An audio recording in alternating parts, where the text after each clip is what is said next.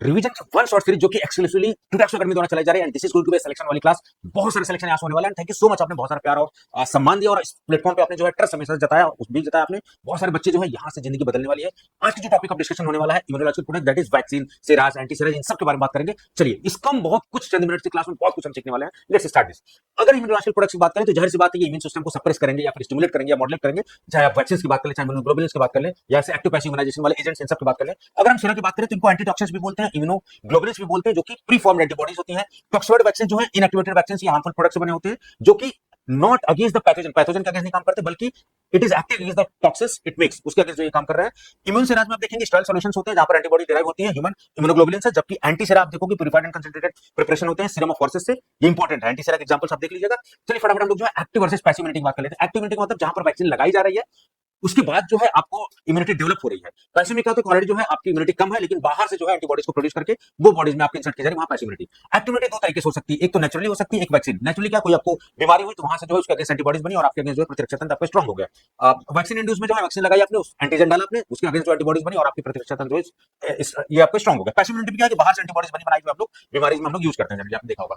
फिर वैक्सीन की बात करें तो एक वैक्सीन ऐसा सिस्टम है जहां पर वो आपके इम्यून रिस्पांस को मॉड्यूलेट कर रहा है। वहां पर वैक्सीन कैसे जनरली काम करती है कि वो बेसिकली एंटीजन फॉर्मुलेशन होती है, एंटीजन को बॉडी में इंसर्ट कराया जाए तो बॉडी आपकी रिएक्ट करती है और एंटीबॉडीज प्रिपेयर करती है, उसी हिसाब से उसको प्रतिरक्षा जो है वो प्रिपेयर करने का काम करती है। इनहेरेंटली इनको बायोलॉजिकल बोला जाता है क्योंकि बायोलॉजिकली कंपोनेंट से मिलकर बने होते हैं। और पहली जो है 1796 में डॉक्टर एडवर्ड जेनर ने पहली वर्ल्ड की सक्सेसफुल वैक्सीन बनाई थी स्मॉल पॉक्स को ठीक करने के लिए। फिर फिलिप्स को देखेंगे, पहला ह्यूमन जो था जिसको वैक्सीनेट किया गया था। उसके बाद देखेंगे जो वैक्सीन होती है ना, इनमें कई सारे कंपोनेंट्स होते हैं, जैसे आप देखोगे adjuvant, stabilizers, residual inactivating ingredients, residual cell culture materials, residual antibiotics, preservatives. तो कंटामिनेशन को रोकने के लिए प्रिजर्वेटिव्स हम लोग यूज करते हैं, थायमरसेल ज्यादा यूज करते हैं। एडजुवेंट्स क्या होता है, ये वैक्सीन के रिस्पांस को बढ़ा देते हैं। तो आप यहाँ पर देखोगे एल्युमिनियम के सॉल्ट स्टेबलाइजर क्या करते हैं, वैक्सीन को ज्यादा इफेक्टिव और सेफ बनाते हैं मैन्युफैक्चरिंग के बाद। ये सारी चीजें टाइप्स ऑफ वैक्सीन की अगर हम बात करें तो कुछ बैक्टीरियल वैक्सीन होती है, कुछ वायरल वैक्सीन होती है। बैक्टीरियल में कुछ लाइव एटेन्यूएटेड, कुछ किल्ड। आप एग्जांपल देख लें, जैसे live attenuated BCG typhoid, killed में कोलरा, ये सब स्क्रीनशॉट लेके देख लेना आपको। वायरल में जो है किल्ड वैक्सीन और लाइव एटेन्यूएटेड वैक्सीन।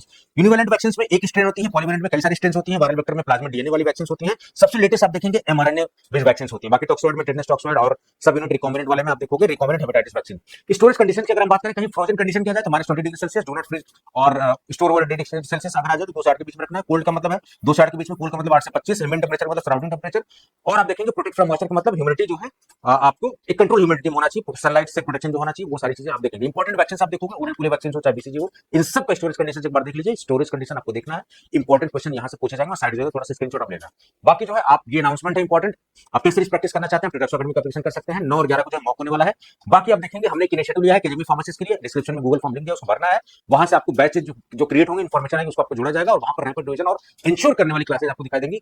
ये सारे बैचेज हैं प्रोडक्ट्स अकेडमी पर, आप लोग जल्द मिलते हैं। आज की वीडियो में इतना ही। Thank you so much.